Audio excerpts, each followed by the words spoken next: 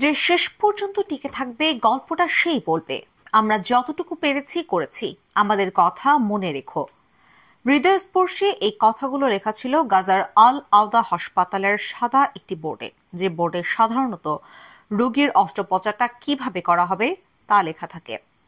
চারপাশে যখন মুহুর্মুহু হামলা চলছে, মৃত্যু যখন নিশ্চিত, সেই মুহূর্তে এই কথাগুলো লিখেছিলেন চিকিৎসক মাহমুদ আবু নুজাইলা। 2023 সালে ইসরায়েলে বিমান হামলায় নিহত হন তিনি। আবু নুজাইলার লেখা কথাগুলো গত শুক্রবার জাতিসংঘের নিরাপত্তা পরিষদে পড়ে শোনাচ্ছিলেন জাতিসংঘে নিযুক্ত ফিলিস্তিনের রাষ্ট্রদূত রিয়াদ মনসুর। এ সময় চোখের পানি ধরে রাখতে পারেননি তিনি, কান্নায় ভেঙে পড়েন। তিনি গাজায় ইসরায়েলের জাতিগত নিধন বন্ধে পদক্ষেপ নিতে নিরাপত্তা পরিষদের প্রতি আহ্বান জানান। আয়ারল্যান্ডের রাজধানী ডাবলিন ভিত্তিক আন্তর্জাতিক মানবাধিকার সংস্থা ফ্রন্টলাইন ডিফেন্ডার্স তথ্য অনুযায়ী চিকিৎসক আবু নুজাইলা একজন ফিলিস্তিনি অধিকার কর্মী ছিলেন। আন্তর্জাতিক চিকিৎসা মানবিক সংস্থা ডক্টরস উইদাউট বর্ডার্সের একজন স্বাস্থ্যসেবা কর্মী হিসেবেও কাজ করতেন তিনি। 2023 সালের 21 নভেম্বর আল আওদা হাসপাতালে বিমান হামলা চালায় ইসরায়েল। ওই হামলায় আবু নুজাইলা সহ আরো দুজন চিকিৎসক ও মানবাধিকার কর্মী নিহত হন। এফএলডির দেওয়া তথ্য অনুযায়ী 2023 সালে গাজায় ইসরায়েলি নৃশংসতার সময় অত্যন্ত প্রতিকূল পরিস্থিতির মধ্যে নিজের জীবন বাজি রেখে আহত ব্যক্তিদের চিকিৎসা দিয়েছিলেন আবু নুজাইলা। শুক্রবার নিরাপত্তা পরিষদে মধ্যপ্রাচ্য পরিস্থিতি নিয়ে এক বৈঠকে জাতিসংঘের ফিলিস্তিনের দূত রিয়াদ মনসুর গাজায় ইসরায়েলের জাতিগত নিধন বন্ধ করতে পরিষদের সদস্যদের প্রতি আহ্বান জানান। তিনি বলেন, এই নরকের অবসান ঘটানোর দায়িত্ব সম্মিলিতভাবে আমাদের।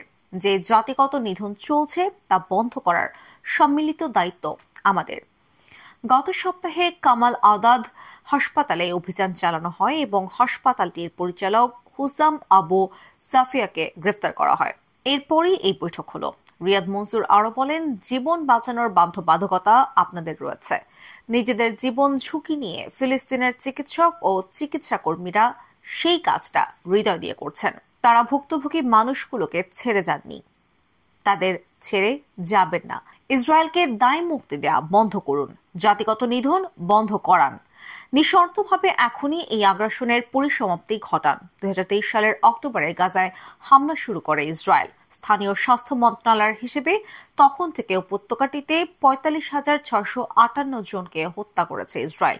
আহত হয়েছেন 1,08,583 জনের বেশি। হতাহত ব্যক্তিদের মধ্যে অধিকাংশই শিশু ও নারী।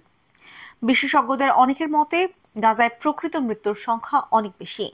গাজার ফিলিস্তিনিদের ওপর এই নৃশংসতার জন্য আন্তর্জাতিক বিচার আদালতে ইসরায়েলের বিরুদ্ধে জাতিগত নিধনের অভিযোগ আনা হয়েছে। এছাড়া ইসরায়েলের প্রধানমন্ত্রী বেনিয়ামিন নেতানিয়াহু সহ দেশটির শীর্ষ কয়েকজন নেতার বিরুদ্ধে গ্রেপ্তারি পরোয়ানা জারি করেছেন আন্তর্জাতিক অপরাধ আদালত।